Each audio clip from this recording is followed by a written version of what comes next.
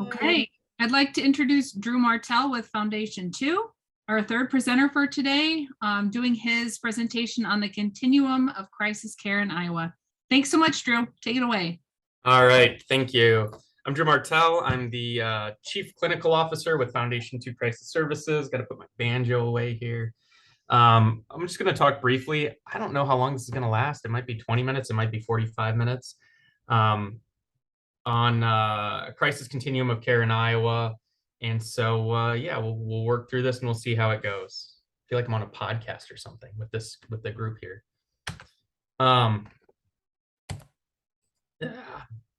Like I said, I'm Drew Martell. There's a picture of me presenting in front of a picture of me with my banjo.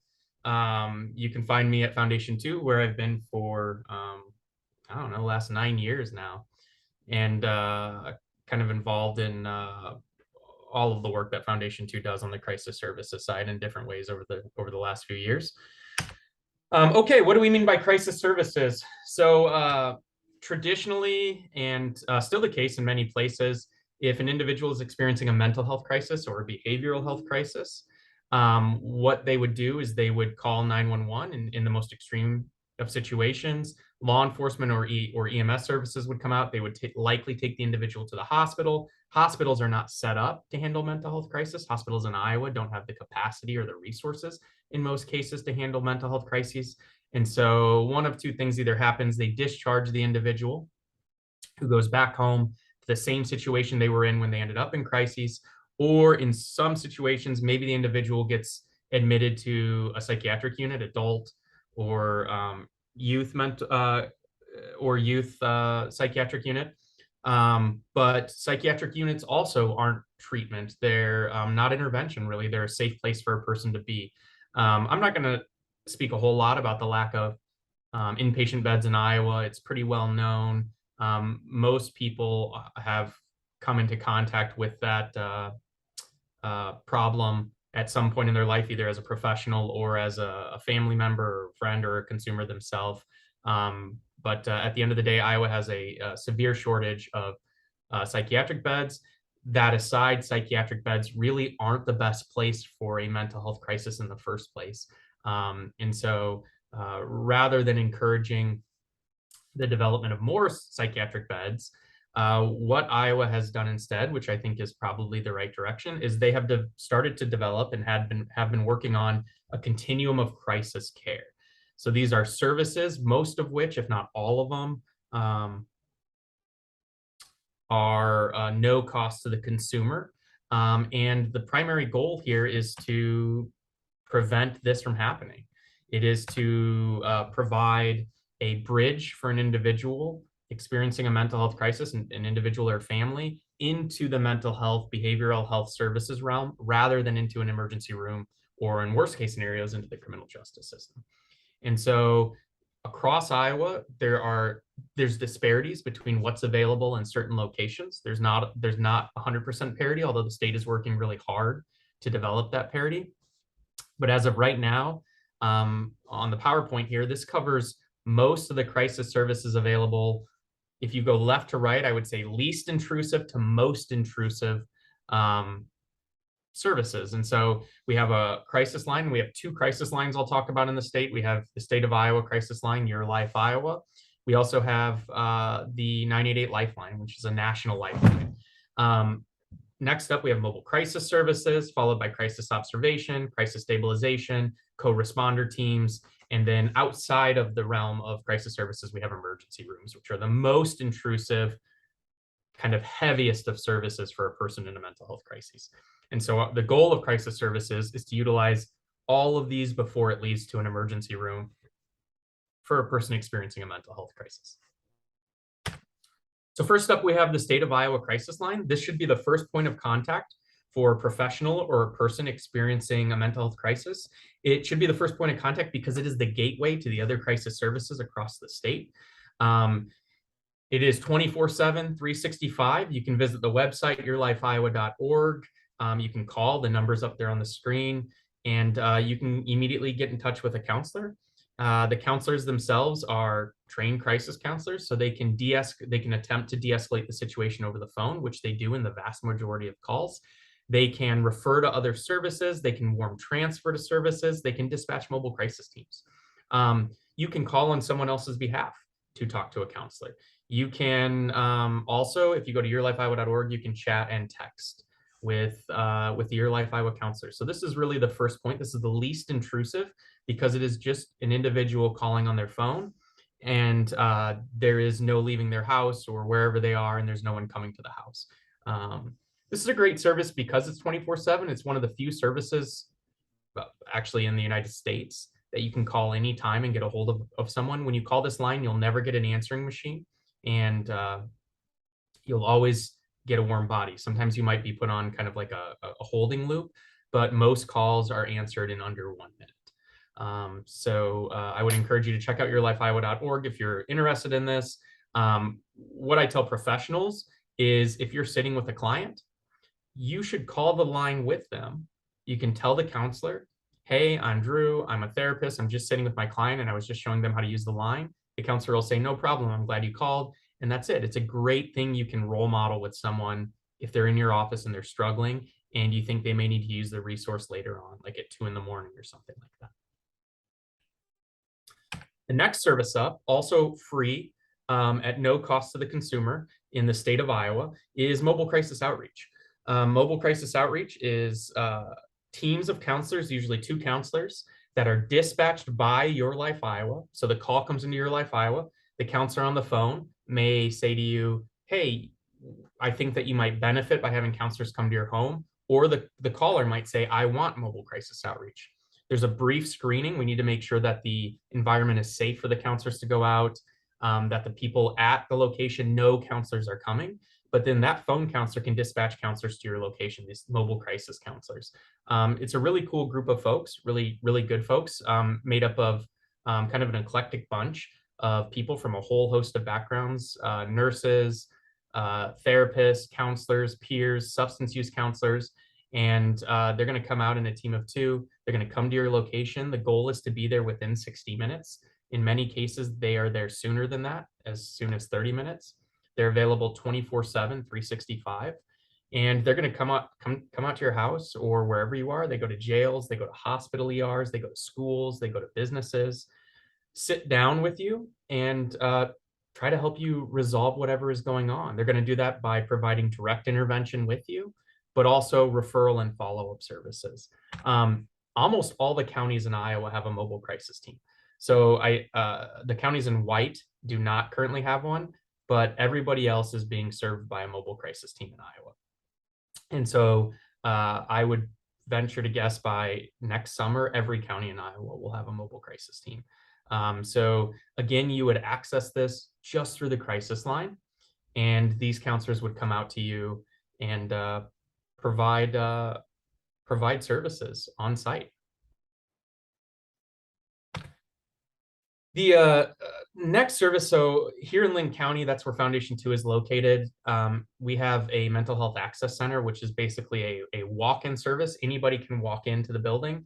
It's open till 10 p.m. at night, and there are crisis counselors who staff that 7 days a week and will provide crisis triage. But within the access center here in Linn County, we have a host of other crisis services that are available to adults. The access center is only for adults.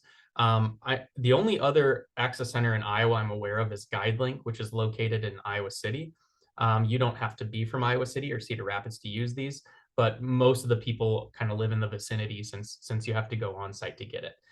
This to me is a step up from mobile crisis outreach because you're going to a facility to receive services, and there is your insurance information will be collected. If you don't have insurance, then the county MHDD will pay for the services for the crisis services. And I'll talk a little bit more about that as we move along.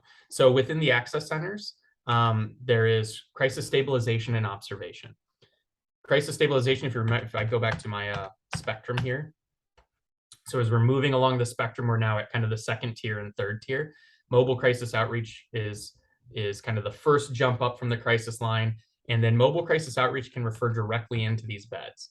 So we'll start with crisis observation. Crisis observation is essentially a relaxing chair where there are counselors nearby and medical staff nearby that you can stay in for up to 24 hours. So maybe something has happened in your life, or you're experiencing really elevated levels of anxiety or depression, or it's just not good for you to be at home right now with your thoughts. This is a good place to go. There are people there that are going to engage with you. They're going to monitor you, but it's also kind of a relaxing and calming environment, and you can stay here for up to 24 hours. The next step up is crisis stabilization. Crisis stabilization is observation plus a bed, and people are usually staying in stabilization for 3 to 5 days. And so again, just like the others, like kind of most of the services in the crisis realm, if you have insurance and it's through Medicaid, then they'll attempt to get reimbursed through that. The beds will, the crisis stabilization beds. If you don't, the regions will cover the cost. So you won't receive a bill for this service. And so when you're in the beds, you're going to have a case manager dedicated to you.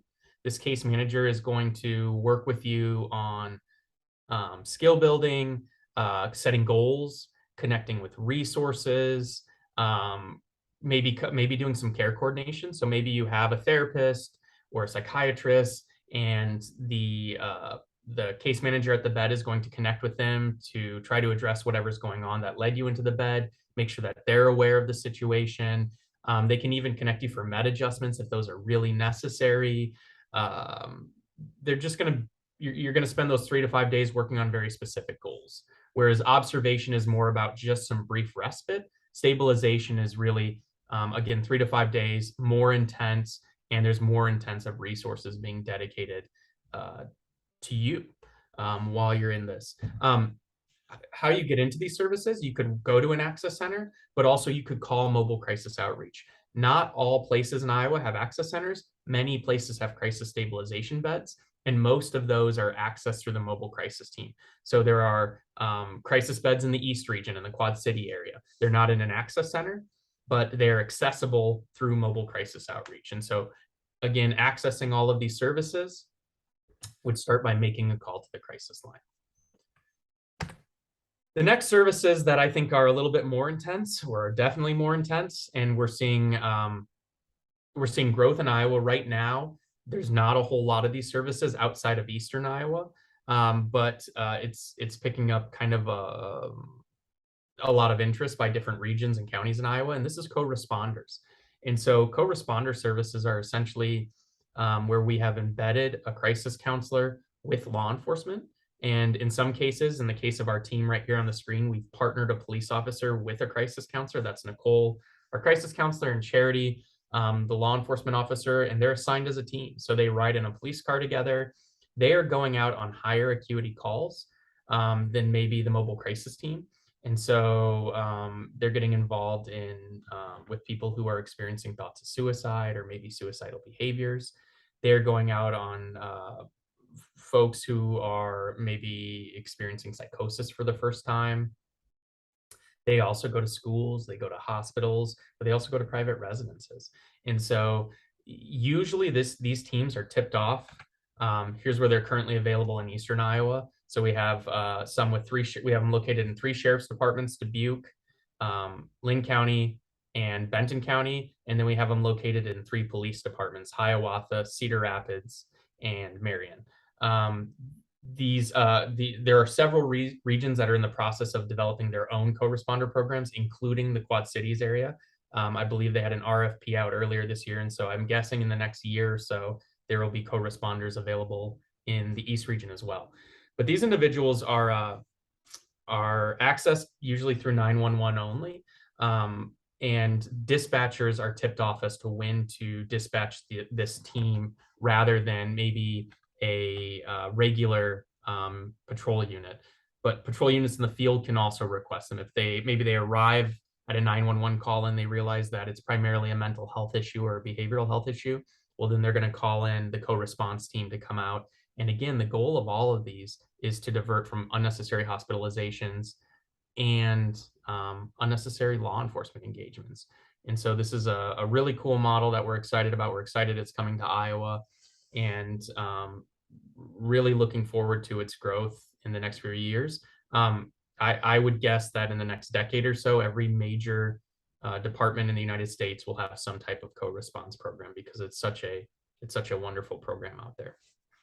And what is different between this and the mobile crisis team? The mobile crisis team, any consumer can call the crisis line and request, and you don't have to go through law enforcement to access them. Those are teams of counselors that are being dispatched from the crisis line. The co-response team is being dispatched off 911. And so, as I mentioned before, they are seeing a lot higher acuity types of interactions than what we see with the mobile crisis team. So that's the primary difference between the two. And then I kind of flew through this. So the last service I'm going to talk about is the Lifeline, the 988 Lifeline. Historically, going all the way back to the 70s, the United States has had the National Suicide Prevention Lifeline, or called the NSPL. In July of this year, so in 2020, the federal government mandated a 3-digit lifeline across the United States. Congress mandated this, and in July of this year, it went live. And so anyone, anywhere in the United States can dial 988 on their phone. They can do it on a cell phone, regardless of carrier. They can do it on a landline, and they will be routed to the crisis line, a crisis center closest to the location registered on their cell phone. So if you have a 319 area code, you'll go to the Foundation 2 Crisis Center. If you are a transplant, like maybe you moved to Iowa from Alaska or California, then your call will be routed to the crisis center in the state that's closest to where you register, where your area code is. But it doesn't really matter. You will get a hold of a Lifeline counselor. Lifeline counselors are trained very similarly, regardless of where they are in the United States, and they will provide immediate mental health services to you. So that could include suicide risk screening and lethality. It could include intervention. It could include just calling and talking to someone. You could call 988 and just talk with a counselor because you were depressed or lonely, or because something unexpected happened in your life. This is a 24/7 service, and just like the state of Iowa crisis line, you'll never get a busy signal. You will always get through to a counselor. I believe counselors have 1 minute. A crisis center has 1 minute to answer it, and if they don't, it rolls over to another crisis center. Just like with Your Life Iowa, if you go to the 988 website, there's also chat and text capabilities. And so you can chat with the counselor, you can text with the counselor as well. There is no cost for using this service. It is a really amazing service. And just like I mentioned with Your Life Iowa, if there's a professional that ends up watching this recording, I would encourage them to talk to their clients about using 988, just like Your Life Iowa, and sitting down with them and maybe even calling the line with the client to let them talk to a counselor and get used to using it. Again, this is an awesome service because it's available 24/7 and there's no cost. So if you're struggling at 1 a.m, you can call the Lifeline. One of the questions that comes up a lot is, what's the difference between the Lifeline, 988 Lifeline, and the state of Iowa crisis line, Your Life Iowa? The answer is there isn't a big difference. You can call either of these services. If you are looking to access mobile crisis outreach or get into a crisis stabilization bed, I would recommend you use Your Life Iowa for the time being. It has the counselors on that line have much more localized knowledge and access right now. However, in the next year or so, 988 counselors will probably have roughly the same access. That said, if you call 988, if that's the only number you remember, because it's a 3-digit number, that is totally okay. You'll get a hold of a counselor and they'll help you figure out the situation. And if you need mobile crisis outreach, they'll either try to connect you directly with it, or they'll figure out a way to connect you with that service. Okay, so that is a very quick run through of the crisis continuum in Iowa. Some of the areas I did want to talk briefly about gaps. Obviously, there are gaps when it comes to the access centers and crisis observation and crisis stabilization services. Those are only available for adults being defined as 18 years of age and older. And so youth, parents can call mobile crisis outreach. Sorry, I'm going back to my spectrum here. Parents can call mobile crisis outreach for youth. but they cannot put a youth, someone under the age of 18 cannot currently go into observation, stabilization, or the access center. However, there are conversations happening across the state to develop more robust services for youth. The state is aware that there's a lot of gaps there. There's also an even greater shortage of beds available to youth than there are adults at hospitals. And so I wouldn't be surprised if in the next year to 2 years, we start to see crisis services or access centers that are specifically designed for youth. That's kind of the next level, I think, in the development of services in Iowa if funding falls into place. And so I'm very excited about that because we know that there are families out there across the state that are struggling with maybe their kids' mental health or behavioral health, and they don't have access to a lot of services. However, mobile crisis outreach is one great service. Those would be counselors coming out and talking to you or talking to your kiddo, or maybe sitting down with the family and trying to figure out what's going on, and then to try to connect you with resources to further support you, you and your kids. So again, quick rundown of the services. We have the crisis line, we have Your Life Iowa, and we have 988. We have mobile crisis outreach, which is accessed through Your Life Iowa or 988, free service. Crisis observation and stabilization, those vary by kind of region in Iowa. In Lynn County, they're accessed through the Mental Health Access Center. In Johnson County, they're accessed through GuideLink. But there are these services available in other regions as well. They're just not within an access center. And then co-response teams, those are accessed through 911. Pretty widely available in the East Central region in Iowa, which is Cedar Rapids and surrounding counties, starting to become available in other areas. And so again, in the next year, we'll see a lot more of co-response teams. And then at the furthest end, we have emergency rooms, which is where you would go if you needed to access a psychiatric unit, a psychiatric bed. And so if you were really concerned about a loved one's mental health or your own mental health, that would be the service available there. You can reach me at Foundation 2 if you have any questions or want to know a little bit more about any of these services. If I don't have the answers, I'll connect you with someone who does. Thanks for listening to my 25-minute presentation here this afternoon, evening. Hey, Drew, this is Courtney. I have a couple of comments and compliments, actually. First of all, thank you for walking us through the options and levels of care for mental health crises in Iowa. With our population in particular, with brain injury, this is such necessary information. I mean, it is for any human, but especially ours. So thank you. Sure. I appreciated knowing that you could call in to practice using that 24/7 line to let folks know how easy it is, how it might feel to call. I really like that. And then a couple compliments too. In my position as a neuro resource facilitator, I've had the good fortune of working very closely because I cover Johnson and Lynn and other counties in that area, of working very closely with the CoResponders program. Mm-hmm. So they have been absolutely fantastic. I saw Nicole Waters in that one of the pictures. Yeah.